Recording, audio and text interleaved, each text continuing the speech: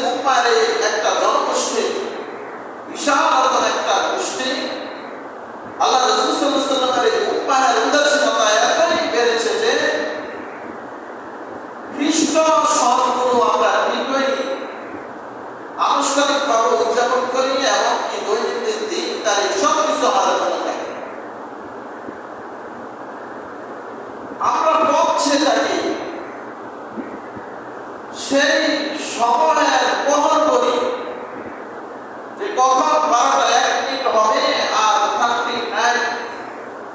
31 night উদযাপন করবো সম্মিলিত হবে। এটা এই মুসলিম উম্মাহের উপর অনেক দুঃখজনক একটা বিষয়। খ্রিস্ট কালচার, খ্রিস্ট মাস, খ্রিস্টানদের মাস, সৌর মাসগুলো, সৌর সনগুলো, সৌর বৎসগুলো আমরা আনুষ্ঠানিকভাবে অনেক উদযাপন করি। এমনকি দিন তারিখ সব কিছুই আমরা মনে রাখি, ইয়াদ রাখি এবং তাদের বানানো দিন তারিখ হিসাবে আমরা কর্ম ব্যবস্থা এমনকি সর্বক্ষেত্রে পরিচালনা করি। কিন্তু এই উম্মার উপর ফরজ ছিল কি বলেন? হিজরি সন মনে রাখা। এই উম্মার ফরজ ছিল হিজরি মাসগুলো মনে রাখা। এই উম্মার ফরজ ছিল হিজরি মাসের দিনগুলো মনে রাখা, তারিখগুলো মনে রাখা।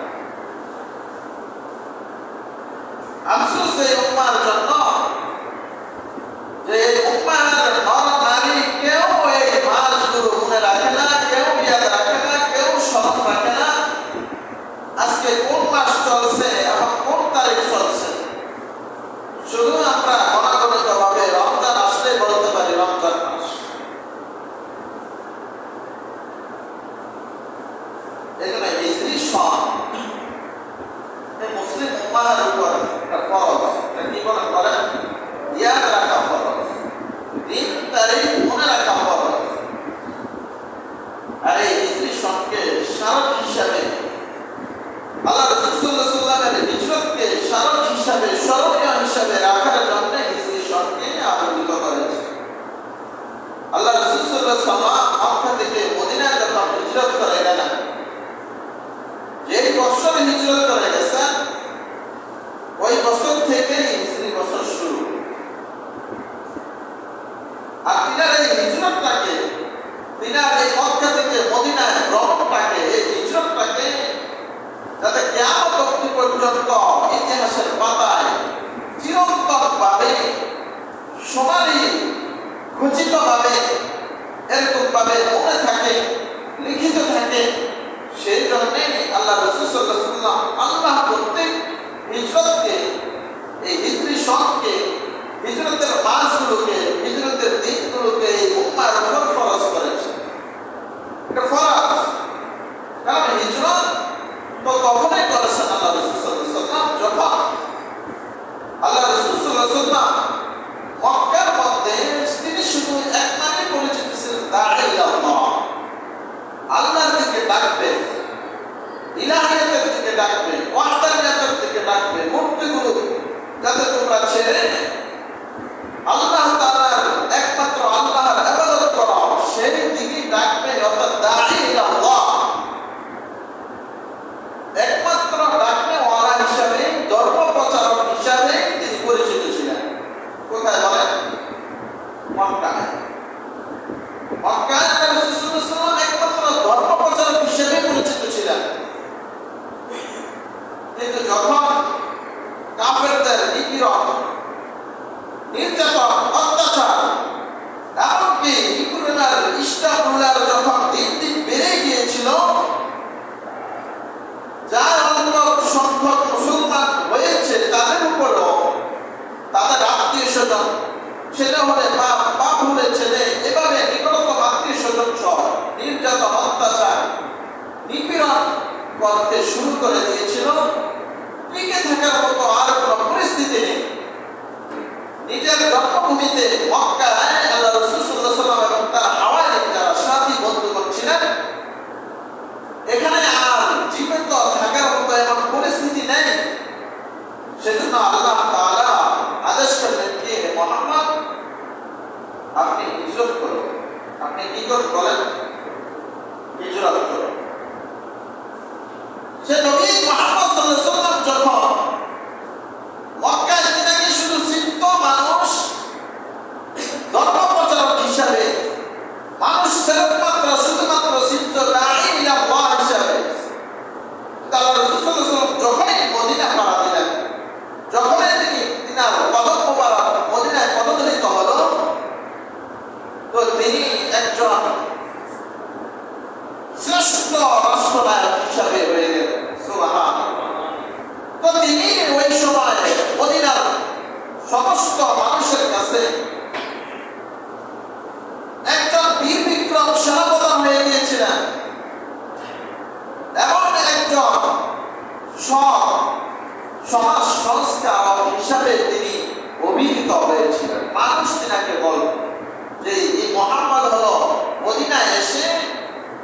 সমাজকে সংস্কার করেছিলেন।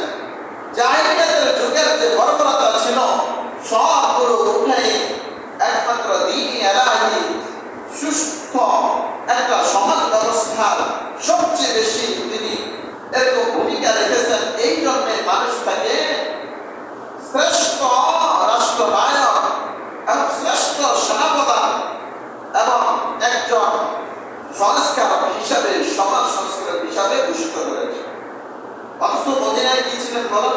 নিজের বাপ দাদার দেশে, নিজের জন্মভূমির দেশে তিনি একজন পরাধীনের মতো ছিলেন।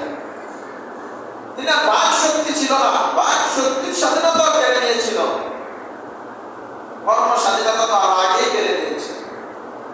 কথা বলার স্বাধীনতা ছিল না। সে আল্লাহ রাসূল সাল্লাল্লাহু আলাইহি ওয়াসাল্লামকে আল্লাহ তাআলা বললেন, ঠিক আছে আপনি হিজরত করুন। এই জন্য মদিনার লোক সকল তারা অনেক উদার মনের ছিলেন, বড় মনের ছিলেন। আল্লাহ রাসূল সাল্লাল্লাহু আলাইহি ওয়াসাল্লামকে পাওয়া মাত্রই আল্লাহ রাসূল সাল্লাল্লাহু আলাইহি ওয়াসাল্লামকে সানন্দে গ্রহণ করে নিলেন। আল্লাহ রাসূল সাল্লাল্লাহু আলাইহি ওয়াসাল্লামের মক্কায় যে সাথীরা ছিল তারাও যখন আল্লাহ রাসূল সাল্লাল্লাহু আলাইহি ওয়াসাল্লামের সাথে হিজরত করে আসলেন এবং আল্লাহ রাসূল সাল্লাল্লাহু আলাইহি ওয়াসাল্লামের হিজরতের পরবর্তীতে অনেক সাহাবী নির্যাতনে আর সহ্য করতে পারে না, বিধায় যখন হিজরত করে মদিনায় আসলেন সকলকে মদিনাবাসী এভাবে আনন্দের সাথে গ্রহণ করে নিলেন। তাদের একটা ঘর ছিল, দুইটা ঘর ছিল, একটা ঘর তার মক্কা মুহাজির ভাইয়ের জন্য দান করে দিয়েছে। যাদের দুইটা বিবি ছিল, একটা বিবিকে তালাক দিয়ে তার মক্কা মুহাজির ভাইকে বিয়ে দিয়ে দিয়েছেন। যাদের দুইটা বাগান ছিল, খেজুরের বাগান ছিল, একটা বাগান তার মুহাজির মক্কার ভাইকে দিয়েছে। এই জন্য আল্লাহ রাসূল সাল্লাল্লাহু আলাইহি ওয়াসাল্লাম আমাদের শরীফের রায়তে আছে, আল্লাহ রাসূল সাল্লাল্লাহু আলাইহি ওয়াসাল্লাম বলেন যে মদিনার লোক সকল, মদিনার সাহাবেগণ আমার, মদিনার মুসলমানগণ আমার বলেন ভিতরের জামা অর্থাৎ গেঞ্জি, আর মক্কার মানুষগুলো হলেন উপরের জামা অর্থাৎ এই যে কুর্তা। অর্থাৎ মদিনাবাসীকে আল্লাহ তাআলা রাসূল সাল্লাল্লাহু আলাইহি ওয়াসাল্লাম এত ভালোবাসেন, এত নিকটতম তিনি নিয়ে আসছেন। এই হিজরতকে স্মারক হিসাবে রাখার জন্য, এই হিজরতকে স্মরণীয় হিসাবে রাখার জন্য আল্লাহ প্রদত্ত আল্লাহ কর্তৃক আল্লাহ রাসূল সাল্লাল্লাহু আলাইহি ওয়াসাল্লাম এই হিজরি সনকে ফরজ করার দিয়েছেন, ফরজ সাব্যস্ত করেছেন। আজকে মুহররম, আজকে হিজরি সন 47তম হিজরি সন। সেই 47তম হিজরি সনের প্রথম মাস মুহররম মাস। সেই মুহররম মাসের আজকে 8 তারিখ। বলেন আজকে কয় তারিখ? 8 তারিখ। সেই হিজরি সনের প্রথম মাস মুহররম মাসে আল্লাহ রাসূল সাল্লাল্লাহু আলাইহি ওয়াসাল্লামের পক্ষ থেকে কিছু করণীয় বিষয় আমাদেরকে দিয়েছেন, কিছু বর্জনীয় বিষয় আমাদেরকে দিয়েছেন। এই জন্য আল্লাহ রাসূল সাল্লাল্লাহু আলাইহি ওয়াসাল্লাম তিনার ভাষায় তিনি বলেন, ওয়ালা নবী সাল্লাল্লাহু আলাইহি ওয়াসাল্লাম আফজালুস সিয়াম বা'দা রমাদান শাহরুল্লাহি আল মুহররম। এই মুহররম মাসের কয়েকটা আমল আছে, সেই আমলগুলো আমি আপনাদেরকে বলবো, এগুলো আমরা আমল করার চেষ্টা চালাবো ইনশাআল্লাহ। কি বলেন? এক নম্বর আমল হলো এই মুহররম মাসে আল্লাহ রাসূল সাল্লাল্লাহু আলাইহি ওয়াসাল্লাম বলেন আফজালুস সিয়াম বা'দা রমাদান শাহরুল্লাহি আল মুহররম। রমজান মাসের পরে সবচেয়ে শ্রেষ্ঠ রোজা হলো মুহররম মাসের রোজা। বলেন কোন মাসের রোজা? মুহররম মাসের রোজা। এজন্য এই মুহররম মাসে যে যতটুকু পারি রোজা রাখবো আমরা ইনশাআল্লাহ। কি বলেন? রোজা রাখবো, আমাদের মা বোনদেরকে রোজা রাখার জন্য উদ্বুদ্ধ করব। এই বাকি আর 18 দিন রয়েছে, 22 দিন রয়েছে। 22 দিনে আমরা পারলে প্রত্যেক দিনে রাখবো, না পারলে একদিন পর একদিন, না পারলে সপ্তাহে একদিন, সপ্তাহে 2 দিন। আফজাল শব্দটা হলো তফসিলের সিগা। রমজানের পরে আরো যে 11টা মাস রয়েছে, 11টা মাসের মধ্য হতে সবচেয়ে উৎকৃষ্ট মাস হলো মুহররম মাস। সবচেয়ে উৎকৃষ্ট মাস কি বলেন? কাজে এই উম্মাহ এই মুহররম মাসের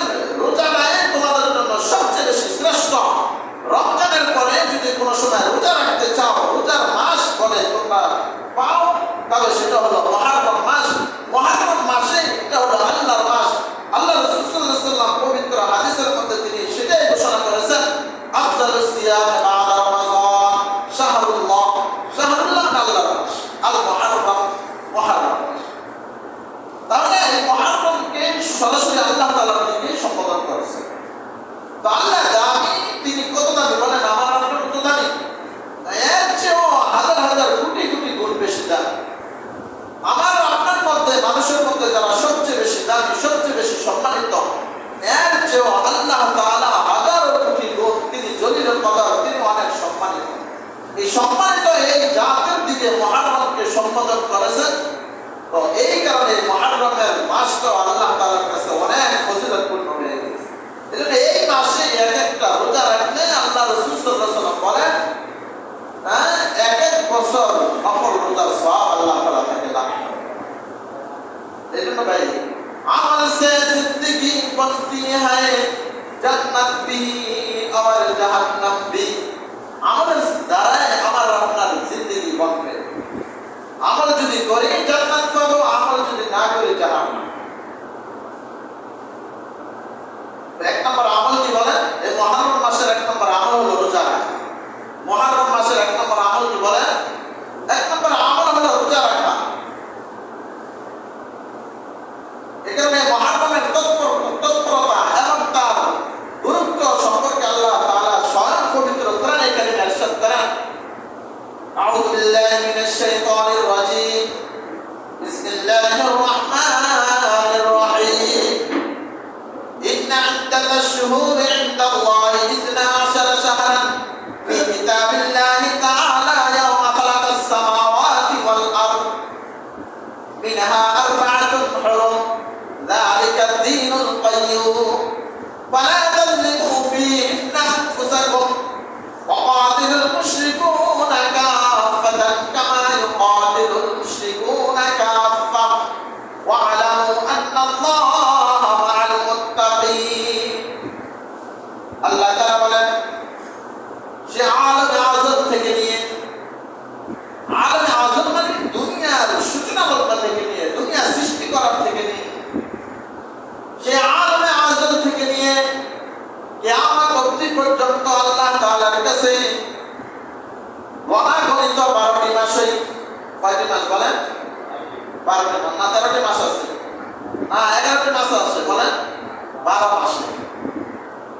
আল্লাহ তাআলার কোন সময় থেকে? ইয়াওমা খালাকাস সামাওয়াতি ওয়াল আরদ, যেদিন আল্লাহ তাআলা আসমান সৃষ্টি করেছেন, জমিন সৃষ্টি করেছেন, সেই দিন থেকে আল্লাহ তাআলার কাছে গণিত 12টি মাস। মিনহা আরবা'তুন হুরুম, এই 12টি মাসের মধ্যে 4টি মাস হলো হুরমতের মাস, সম্মানিত মাস। হুরুম হারামিন, হুরুম হুরুম, এই মাসটা থেকে হলো মুহররম। এই শব্দটা থেকে কি মাস আসছে বলেন? মুহররম।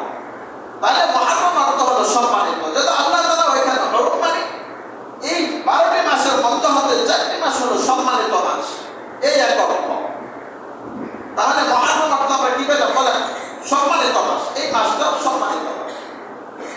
দ্বিতীয় আরেকটি মাস হলো এই আয়াতের তরজমা মুফাসসির কেরাম এই আয়াতের অর্থ করেন মিনহা আরবা'তুন হুরুম, এই 12টি মাসের মধ্যে 4টি মাস হলো নিষিদ্ধ মাস। এই 12টি মাসের মধ্যে 4টি হলো কি মাস বলেন? নিষিদ্ধ মাস। নিষিদ্ধ মাস এই 4টি মাস কি? তার মধ্যে 1 নম্বর মাস হলো মুহররম মাস। এই মুহররম মাস নিষিদ্ধ মাস। জিলকদ মাস নিষিদ্ধ মাস, জিলহজ মাস ছিল নিষিদ্ধ মাস, এবং রজব মাস নিষিদ্ধ মাস। তাহলে জিলকদ, জিলহজ, রজব আর মুহররম এই 4টা মাস হলো নিষিদ্ধ মাস। তো এই নিষিদ্ধ মাস কেন? এই 4টা মাসকে আল্লাহ তাআলা নিষিদ্ধ করার দিয়েছেন, নিষিদ্ধ সাব্যস্ত করেছেন। কারণ এই 4টা মাসে যুদ্ধ বিগ্রহ এগুলো করা দণ্ডনীয় অপরাধ ছিল, আল্লাহ তাআলার কাছে অপরাধ ছিল, নিষিদ্ধ ছিল। আল্লাহ প্রদত্ত আল্লাহ রাসূল সাল্লাল্লাহু আলাইহি ওয়াসাল্লাম এগুলো নিষিদ্ধ করে দিয়েছেন যে সারা বছরে কাফেরদের সাথে যুদ্ধ বিগ্রহ চলবে, শুধুমাত্র এই 4টি মাসে যুদ্ধ বিগ্রহ চলবে না, এই যুদ্ধ বিগ্রহ নিষেধ। সেই বিধানটা কাফেররাও মেনে নিয়েছিল, ইহুদিরাও মেনে নিয়েছিল, খ্রিস্টান পরবর্তীতে তাদের বাড়াবাড়ির কারণে তারা এই মাসগুলোকে অতিক্রম করে ফেলছেন, সীমালঙ্ঘন করে ফেলছেন। এই মাসগুলোতেও তারা অকারণে মুসলমানদের উপর আক্রমণ করত, মুসলমানদের উপর হামলা করে বসত। এই কারণে আল্লাহ তাআলা পরবর্তীতে তিনি বলেন, মিনহা আরবাআতুন হুরুম যালিকা দ্বীনুল কাইয়্যিম ফালা তাযলিমু ফীহিন্না আনফুসাকুম ওয়া কাতিলুল মুশরিকুনা কাফাতান কামা ইউকাতিলুনাল মুশরিকুনা কাফা। এখন আর তাদেরকে ছাড় দেওয়া হবে না, তাদের সুবিধার্থে 4 মাসকে নিষিদ্ধ করা হয়েছে। এই নবী এখন যদি তারা কাতালে দাফাই যেটাকে বলা হয়, জিহাদে দাফাই, আত্মরক্ষামূলক জিহাদ, অর্থাৎ তাদের পক্ষ থেকে যদি আগে হামলার সূচনা করা হয় তাহলে আপনারাও ছাড় দিবেন না। কামা ইউকাতিলুনা কাফা, তারা যেভাবে সম্মিলিতভাবে যদি আপনাদের উপর, মুসলিম উম্মাহর উপর আক্রমণ করে, তো আপনারাও তাদের উপর সম্মিলিতভাবে আক্রমণ করবে। তো এই 4 মাস নিষিদ্ধের অর্থ আছে, আবার সম্মানিত অর্থ আছে। সম্মানিত অর্থ তো আমি বললাম, আল্লাহ তাআলার দিকে এই মাসকে, মুহররম মাসকে সম্মিলিত করার কারণে এটা সম্মান কতটুকু বৃদ্ধি পেয়েছে। সেদিন আল্লাহ রাসূল সাল্লাল্লাহু আলাইহি ওয়াসাল্লাম বলেছেন যে রমজানের পরের সবচেয়ে শ্রেষ্ঠ রোজা হলো মুহররম মাসের রোজা। তাহলে 1 নম্বর আমরা কি পেলাম? আমল বলেন মুহররম মাসের সম্মান, মুহররম মাসের নিষিদ্ধতা। নিষিদ্ধতা তৎকালীন যুদ্ধ বিগ্রহের প্রচলন বেশি ছিল, মুসলমানদের সাথে যুদ্ধ বিগ্রহ চলত, এই জন্য যুদ্ধের কথা বলেছেন।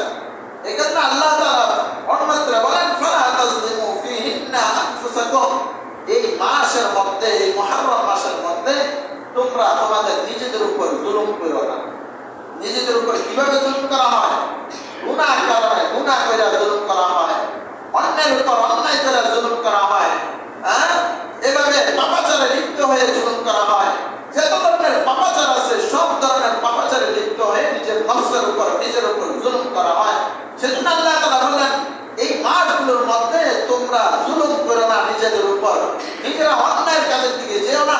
এই মাসটা হলো অনেক সম্মানিত মাস, এই মাসে রোজা রাখো, এই মাসে নফল ইবাদত করো, এই মাসে বেশি বেশি আল্লাহ তাআলার কাছে প্রার্থনা করো। তো আল্লাহ তাআলা বলেন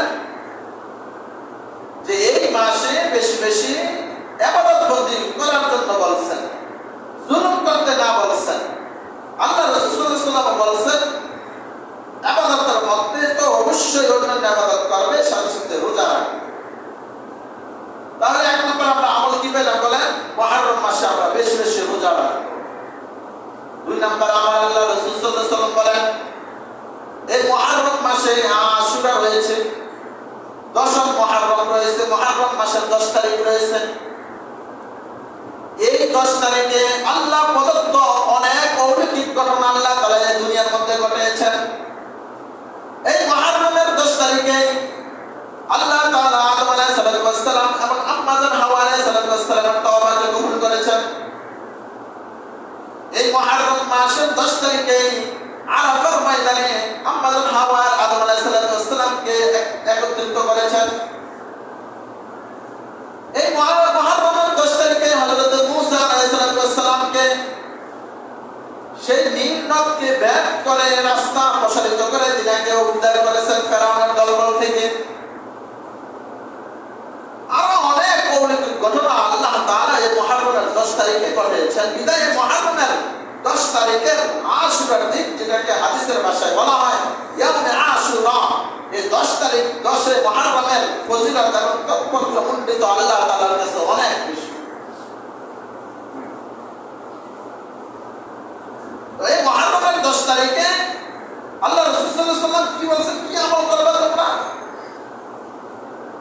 বাতিল ফিরকা শিয়াদের মতো কি তাজিয়া মিছিল নিয়ে এবং হাই হুসাইন হাই হাসান বলে কি তাজিয়া মিছিল নিয়ে নিজেকে আঘাত করবে?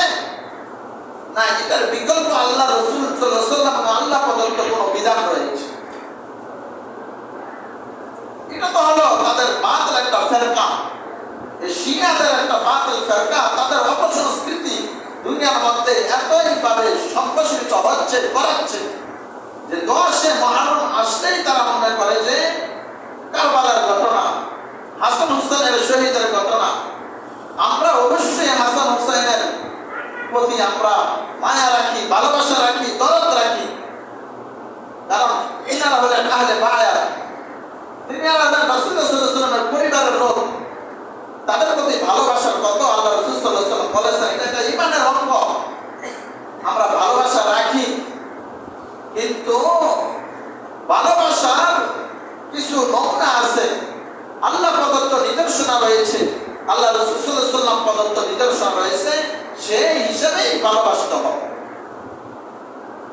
এবং তার শহীদি ঘটনাকে আমরা অবশ্যই স্বীকার করি। এবং মর্মান্তিক যে একটা ঘটনা, এই কারবালা ট্র্যাজেডি, এই যে মর্মান্তিক একটা হামলাত্মক ঘটনা, আক্রমণাত্মক ঘটনা, এটাকেও আমরা স্বীকার করি।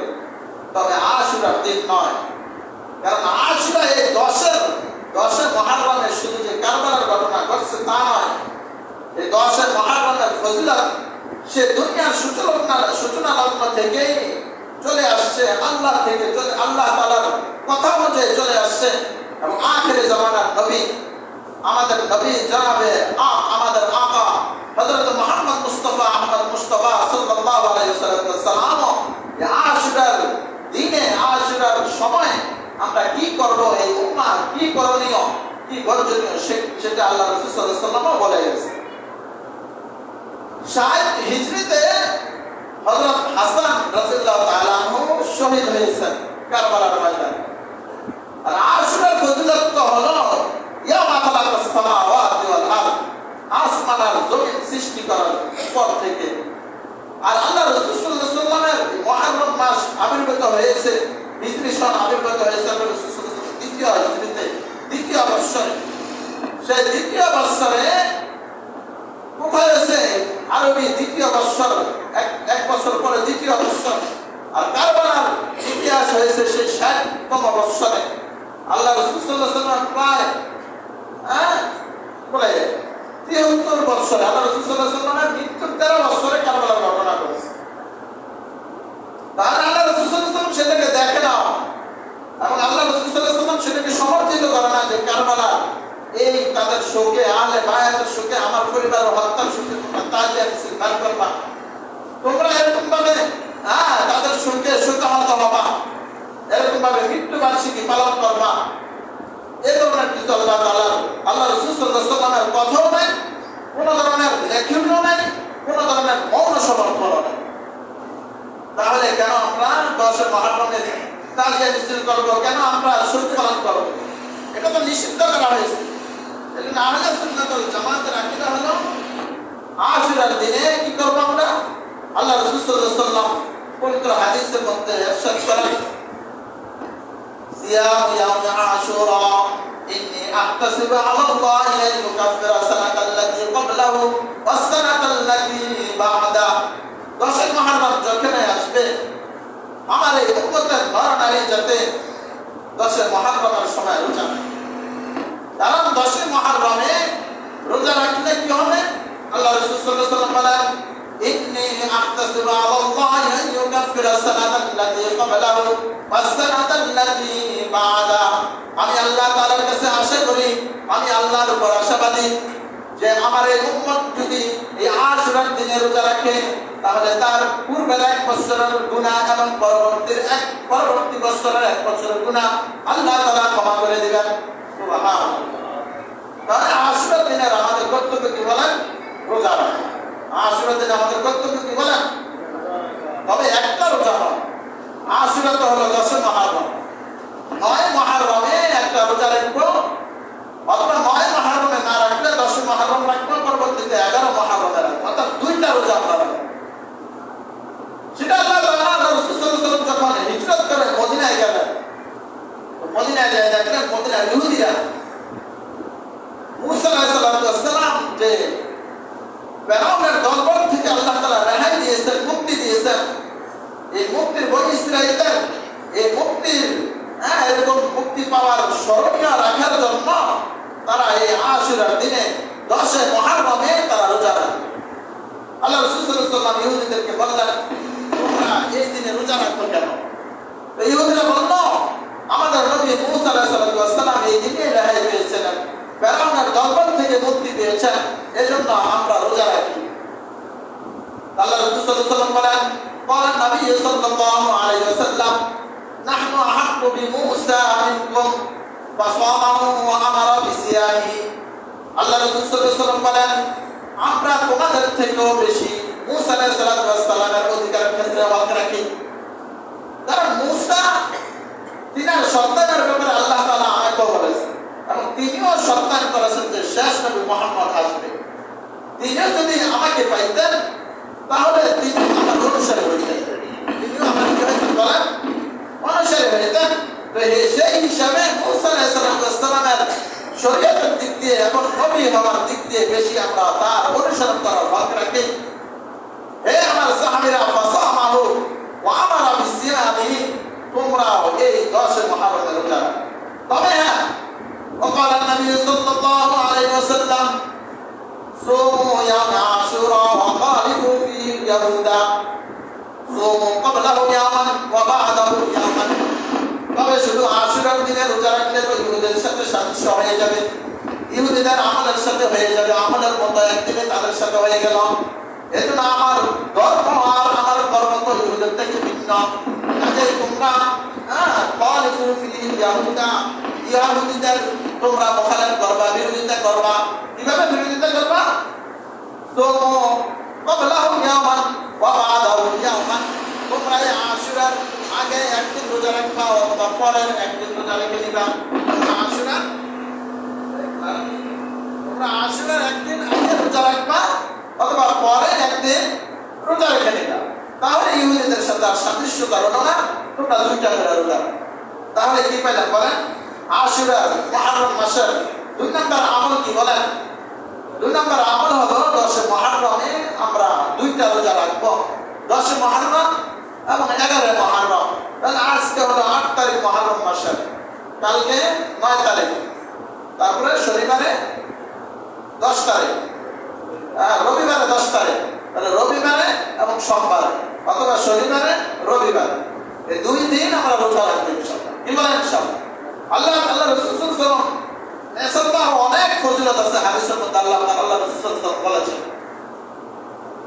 তৃতীয় একটা আমল হলো মুহররম মাসে আল্লাহ রাসূল সাল্লাল্লাহু আলাইহি ওয়াসাল্লাম বলেন, তোমরা পরিবারের যারা কর্তা রয়েছে, যাদের অধীনে কর্মচারীরা থাকে, যারা কর্মদার রয়েছে, যারা পরিবারের কর্তা রয়েছে, তো তাদের উপর একটা দায়িত্ব হলো, সেটা কি? قال النبي صلى الله عليه وسلم من وسع على عياله في نفقته وسع الله على سائر سنته।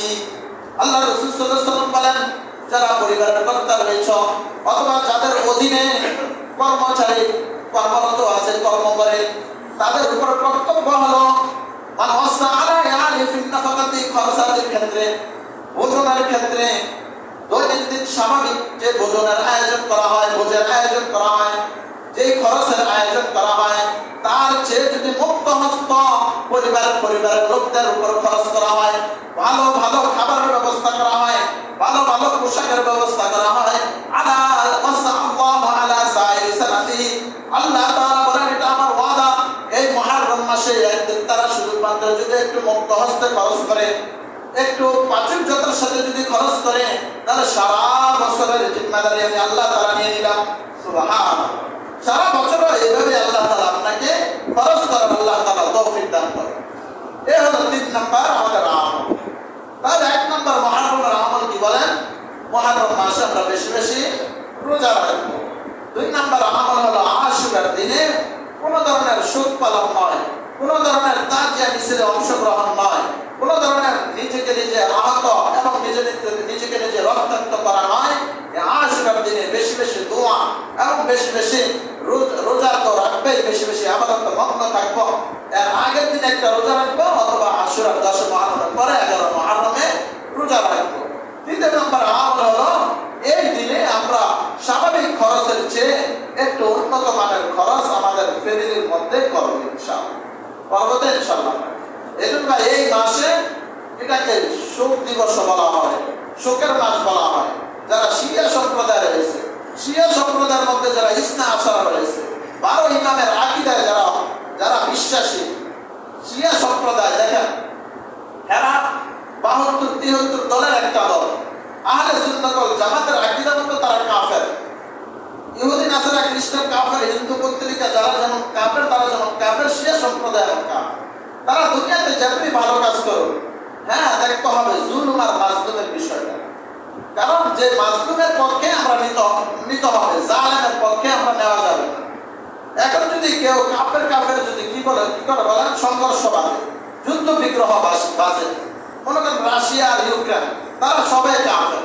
হ্যাঁ, রাশিয়ার অনেক প্রদেশ আছে, চেচনিয়া, বুসনিয়া, যেগুলো মনে করেন আমাদের মুসলিম সম্প্রদায় বাস করে, মুসলিম আছে। বাকি সংখ্যালঘু বা দেশ পরিচালনা করে তো খ্রিস্টানরা। রাশিয়া আর ইউক্রেন, এখানে আমাদের পক্ষ নেওয়া, অবশ্যই যদি পক্ষ নেওয়ার কথা বলে তাহলে এখানে আমরা পক্ষ নেব মাজলুমের, যারা নির্যাতিত তাদের পক্ষ নেব। কারণ আল্লামা সাইয়্যিদ রাহমাতুল্লাহ বলেন, কেউ যদি জুলুম করে আর এই জুলুম দেখে যদি তুমি নিশ্চুপ থাকো তাহলে তুমিও জানবে। সেই হিসাবে আমরা মাজলুমের পক্ষ নেব, জালেমের। তো এই দুই দেশের যুদ্ধের ক্ষেত্রে যারা জালেম তাদের পক্ষ আমরা নেব না, যারা মাজলুম তাদের পক্ষ নেওয়াই আমাদের নীতির দায়িত্ব, নৈতিক দায়িত্ব। এরকম ভাবে আমাদের ইদানিং যেমন ইসরায়েল আর শিয়া সম্প্রদায় অর্থাৎ ইরান যেমন যুদ্ধ লাগলো, এক্ষেত্রে এই কথা বলা যাবে না যে এদের শিয়া মুসলিম, এদের সাপোর্ট করা বা এদের সহযোগিতা করা আমাদের উপর ফরজ, এমন না। বরং এখানে জালেম আর মাজলুমের বিষয়টা, ইহুদিরা তারা জালেম, তারা যুগ যুগ ধরে আমাদের মুসলিম উম্মাহ ফিলিস্তিনের উপর হামলা করে যাচ্ছে এবং সারা পৃথিবীতে একটা রাহাজানি, একটা অরাজকতা সৃষ্টি করে রাখছে। সে জায়গায় যদিও ইরানদের উপর তাদের উপর জুলুমিয়াত থাকে, তাহলে ইরানের উপরে আমরা কিনা বলে সমর্থন করা, এটা আমাদের নৈতিক দায়িত্ব, ইমানি দায়িত্ব না। ইমানি দায়িত্ব বলেন, ইমানি না, এটা আমাদের নৈতিক দায়িত্ব, মানবিক দায়িত্ব। সেই হিসাবে তাদের রঙে রঙিন হওয়া কোনো ইসলাম নয়। অনেক বাতিল ফিরকা আছে, এগুলো থেকে নিজে সংযত করে রাখতে হবে। সঠিক যেটা আহলে সুন্নাত ওয়াল জামাতের আকীদা, যেটা আহলে সুন্নাত ওয়াল জামাত কারা, আহলে সুন্নাতের জামাত হলো খোলাফায়ে রাশিদিন আল মাহদিয়িন, যারা আল্লাহ রাসূল সাল্লাল্লাহু আলাইহি ওয়াসাল্লাম যেভাবে চলছেন, সাহাবায়ে কেরাম যেভাবে চলছেন, বিশেষ করে খোলাফায়ে রাশিদিন যেভাবে চলছেন, তাদের মধ্যে জীবনযাপন করাই হলো আহলে সুন্নাতের দায়িত্ব। এবং আহলে সুন্নাত যেভাবে এভাবে যদি চলে তাহলে এইভাবে তাদেরকে অনুসরণ করা। সেই হিসাবে শোক মাতাম করা, তাজিয়া মিছিল বাইরে করা, অথবা মৃত্যুবার্ষিকী বা এরা ব্যতিক্রম আছে জন্মবার্ষিকী, সব কিছু আমাদের শরীয়ত অনুযায়ী কি বলেন বেদা, গুনাহ। এজন্য এগুলো করা যাবে। এই মাসে তাদের সমর্থনও করা যাবে। এই মাসে বেশি বেশি ইবাদত করবো, বিশেষ করে 10 মুহররমে আমরা ইবাদতে মগ্ন থাকবো, রোজা রাখবো। আল্লাহ তাআলা আমাদেরকে আমল করার তৌফিক দান করুন। ওয়া মা তাওফীক ইল্লা বিল্লাহ। যারা কবলা